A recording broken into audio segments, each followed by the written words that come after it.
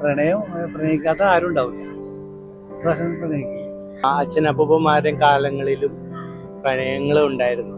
പക്ഷെ അന്ന് ഒരു കെയറിങ് ഉണ്ടായിരുന്നു. ഓരോ വർഷങ്ങളും മാറി മാറി വരും തോറും വൾഗറായിട്ടേ ആയിക്കൊണ്ടിരിക്കുകയാണ്. അപ്പോഴും അവിടെ താഴ്ത്തി കെട്ടുന്നത് പുരുഷനെയാണ്. പ്രണയം എന്ന് പറയുന്നത് നമ്മുടെ ജീവിതം അവസാനം വരെ പ്രണയിച്ചുകൊണ്ടേയിരിക്കണം. നമ്മുടെ മാരീഡ് ലൈഫിൽ അവരുടെ ഫാമിലിയിൽ പ്രശ്നങ്ങളുണ്ട്, എല്ലാ ഫാമിലിയിലും പ്രശ്നങ്ങൾ വരും. പക്ഷെ അത് തരണം ചെയ്ത് നമ്മൾ ഭാര്യ ഭർത്താക്കന്മാരെ നിന്ന് നമ്മളുടെ അത് യുവതലമുറയ്ക്കും കൂടി പറയുന്നത്.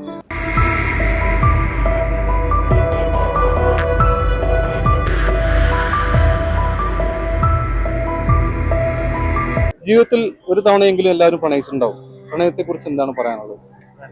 പ്രണയം പ്രണയിക്കാത്ത ആരും ഉണ്ടാവില്ല. പ്രശ്നം പ്രണയിക്കില്ല. ഈ തലമുറ പ്രണയിക്കും. ഈ വന്ന തലമുറ പ്രണയിക്കാൻ പറ്റില്ല. പുതിയ തലമുറയോട് പറഞ്ഞു കൊടുക്കാനുള്ളത്, നമ്മളുടെ അച്ഛനപ്പൂപ്പന്മാരും കാലങ്ങളിലും പ്രണയങ്ങളും ഉണ്ടായിരുന്നു. പക്ഷെ അന്ന് ഒരു കെയറിങ് ഉണ്ടായിരുന്നു. ഇപ്പോഴത്തെ യുവതലമുറകൾക്ക് അതില്ല. ഓരോ വർഷങ്ങളും മാറി മാറി വരും തോറും വൾഗറായിട്ടേ ആയിക്കൊണ്ടിരിക്കുകയാണ്. അപ്പോൾ അത് പല ന്യൂസ് ചാനലിലും പത്രങ്ങളിലും എല്ലാം ഓരോരോ വാർത്തകൾ വരുമ്പോഴും പെൺകുട്ടികൾ അത് നന്നായി ഒന്ന് കെയർ ചെയ്യുന്നില്ല. അപ്പോഴും അവിടെ താഴ്ത്തി കെട്ടുന്നത് പുരുഷനെയാണ്. ഇവര് നാളേക്ക് വിവാഹിതരായി കഴിഞ്ഞാൽ ഒരു മാസം അല്ലെങ്കിൽ ഒരു ആഴ്ച കഴിയുമ്പോൾ ഡിവോഴ്സ് എന്നാണ് ഇപ്പോഴത്തെ പ്രണയത്തില് വിവാഹം കഴിക്കുന്ന ആൾക്കാർ. അപ്പൊ അത് ആ പ്രണയം എന്ന് പറയുന്നത് നമ്മുടെ ജീവിതം അവസാനം വരെ പ്രണയിച്ചുകൊണ്ടേയിരിക്കണം, നമ്മുടെ മാരീഡ് ലൈഫിൽ പോലും. ഒരു ജീവിതത്തിൽ ഉണ്ടായ ഒരു പ്രണയത്തിന്റെ ഒരു നല്ല അനുഭവം, ഒരു ചീത്ത അനുഭവം എന്തെങ്കിലും പറയാൻ? കാരണം എൻ്റെ സിസ്റ്റർ പ്രണയിച്ച വിവാഹം കഴിച്ചത്. ഇപ്പോ ഈ വർഷം ഫസ്റ്റ് ഡെത്ത് ആനിവേഴ്സറി ആയിരുന്നു. പക്ഷെ പ്രണയിച്ച് ബ്രദറിലോ കൊണ്ടുപോയെങ്കിലും ഇതുവരയ്ക്കും നല്ലൊരു രീതിക്ക് അവരുടെ ഫാമിലിയിൽ പ്രശ്നങ്ങളുണ്ട്, എല്ലാ ഫാമിലിയിലും പ്രശ്നങ്ങൾ വരും. പക്ഷെ അത് തരണം ചെയ്ത് നമ്മൾ ഭാര്യ ഭർത്താക്കന്മാരെ നിന്ന് കഴിഞ്ഞാൽ നമ്മളുടെ അത് യുവതലമുറയ്ക്കും കൂടി പറയുന്നത് എല്ലാ അഡ്ജസ്റ്റ്മെന്റുകളാണ്. നമ്മുടെ ലൈഫിൽ എല്ലാ കാര്യങ്ങളും നമ്മൾ നന്നായി മുന്നോട്ട് കൊണ്ടുപോയാൽ നമ്മളുടെ തലമുറയ്ക്ക് നന്മ അത് ചെയ്തു.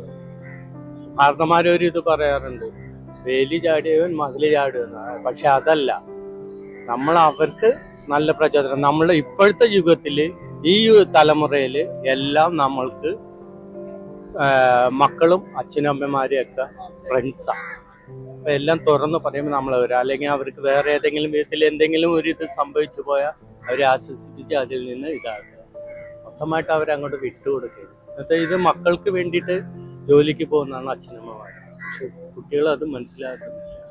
അത് ഇവിടെ കാണുന്നുള്ള ഒരു ഇത് വെച്ചിട്ട് പറഞ്ഞത്. ഞാൻ എന്ത് പറയാ, ഞാൻ പ്രണയിച്ചിട്ടില്ല. ജീവിതത്തിൽ ഇതുവരെ പ്രണയിച്ചിട്ടില്ല? ഇല്ല ഇല്ല. കല്യാണം കഴിഞ്ഞില്ല? കല്യാണം കഴിച്ച് കല്യാണം കഴിച്ച ഭാര്യ പ്രണയിച്ചു. ആ, ഭാര്യ അതെ. കാരണം കല്യാണം കഴിച്ചതിന് ശേഷം പ്രണയിച്ചു. നല്ല അനുഭവങ്ങൾ തന്നെ. 2 കുട്ടികളുണ്ടായി. അവന് കല്യാണം കഴിച്ചു. മൂത്ത മകൻ കല്യാണം കഴിച്ചു.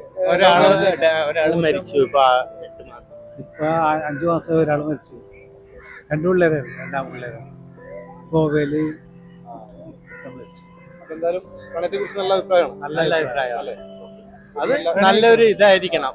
കുട്ടികൾ അത് പ്രണയിക്കുമ്പോൾ അത് നല്ലൊരു, ഇപ്പോഴത്തെ ഇത് മാറി മാറി വരികയല്ലേ.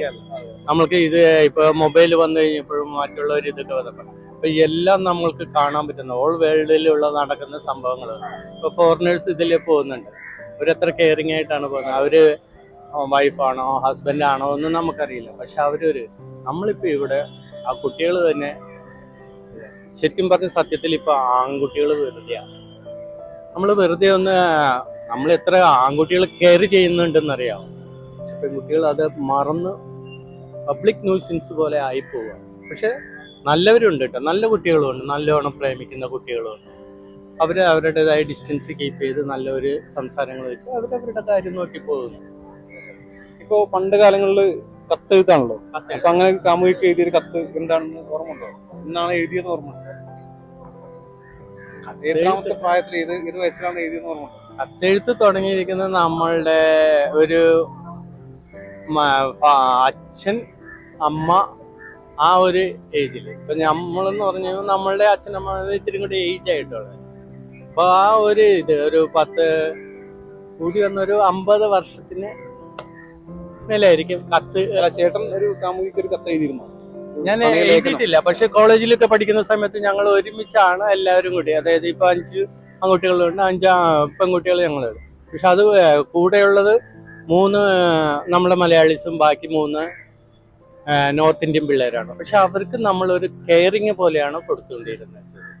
അപ്പൊ നമ്മളുടെ ഒരു ഇത് പറഞ്ഞപ്പോഴത്തേക്കും വേറെ ഞാൻ എൻ്റെ ഒരു സത്യത്തിൽ ഞാനൊരു എൻ്റെ കോളേജ് മേറ്റിനോട് പറഞ്ഞപ്പോൾ അത് നമ്മുടെ സ്വന്തം ഇത് തന്നെ കാസ്റ്റ് തന്നെ. ആ കുട്ടീനോട് പറഞ്ഞു കഴിഞ്ഞപ്പോഴത്തേക്കും ആ കുട്ടി എന്നോട് പറഞ്ഞു ബ്രദറിനെ പോലെയാണ് ഞാൻ കാണുന്നത്. ഓക്കെ, അപ്പോൾ അതിനടുത്ത് ആ കൂട്ടത്തിലുണ്ടായവൻ പറഞ്ഞ് എനിക്ക് അവളെ ഇഷ്ടമാണ്, നീ അവളായിട്ടുള്ള ഒരു ഇതും പാടില്ല. ഓക്കെ, യു ക്യാരി ഓൺ എന്ന് പറഞ്ഞു. അത്രേ ഉള്ളൂ. അങ്ങനെ ഒരു ഇതിൻ്റെ പിന്നെ അതാണ് പ്രണയാനുഭവം. അത് കഴിഞ്ഞിട്ട് പിന്നീട് വന്നിരിക്കുന്ന വൈഫ് ആയിട്ടുള്ള ഒരിതാണ്. അവർക്ക് വേണ്ട കാര്യങ്ങൾ ചെയ്യുക, അവരെന്തെങ്കിലും പറയുമ്പോൾ ഒരിത്, അവരെ കൂടുതൽ സ്നേഹിക്കുക, മക്കളെ സ്നേഹിക്കുക. അത്